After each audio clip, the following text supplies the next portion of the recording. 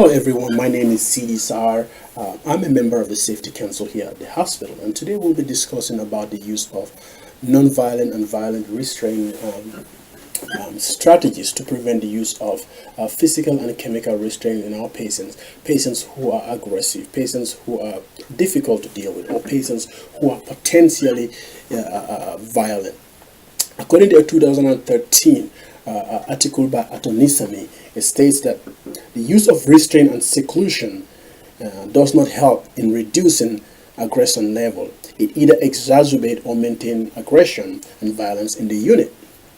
Again, this stresses the need for us to know that crisis intervention starts right when the patient is admitted, but not when the crisis occurs.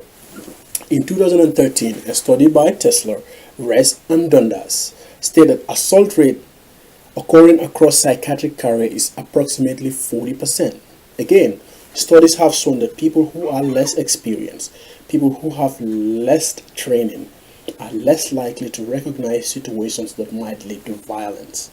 Again, such people are more likely to let patients' behaviors escalate into a violent situation. This stresses the need for staff training, which is going to be our first step. We'll have an online training program, and we'll also have our in-class training for our staff on the unit that needs to be completed within 3 months.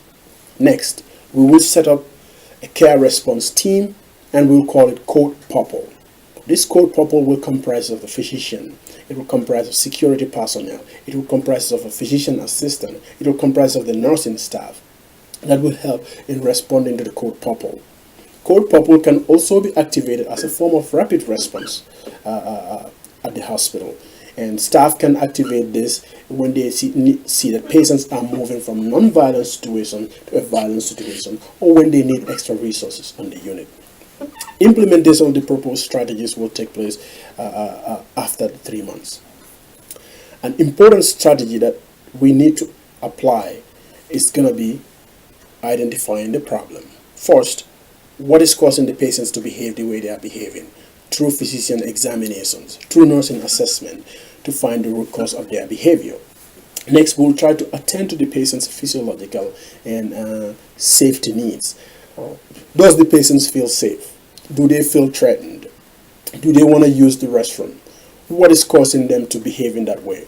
And the next, we'll try to remember to take those patient triggers out of the patient's environment, so we can reduce them from acting aggressive or leading to violent situation. An important aspect in this area will also be staff safety. Staff needs to be safe, have an exit plan, and keep a safe distance when you're with such patients. Next, we'll provide a structured care and environment for such patients. Let the patient know that they're in a safe environment and that we're caring for them, but also let them realize that they are bound by rules, regulations that are realistic, and that they need to abide by those rules and regulations. Also give them a little space so they don't feel they're confined and they can rebel against our strategies. One important aspect of all the strategies we are about to do is going to be verbal de-escalation technique. A 2011 study by Raymond et al. Stated that clinicians who have many patients and clinicians who have to see many patients but they have too little time may prematurely use medications rather than verbally engaging with such patients. Verbal de-escalation technique can be used to coach such patients, approach them, engage them in their own care, and coach them out of their anxious states to their right state of mind. What are we going to do to evaluate all our strategies? First, we're going to have a debriefment with our staff to see, after each crisis, to see what did we do right, what did we do wrong, and the way forward. Next, we will also evaluate our patients during discharge to see how their care was and their interactions with our staff. The next on our evaluation will be a questionnaire that can be given to our own staff after 3 months of implementation of all our strategies. And finally, the data about physical and chemical restraint, we will evaluate it after 3 months to see what the trends are, and what are the reasons for the restraint use, and the way forward. Thank you very much.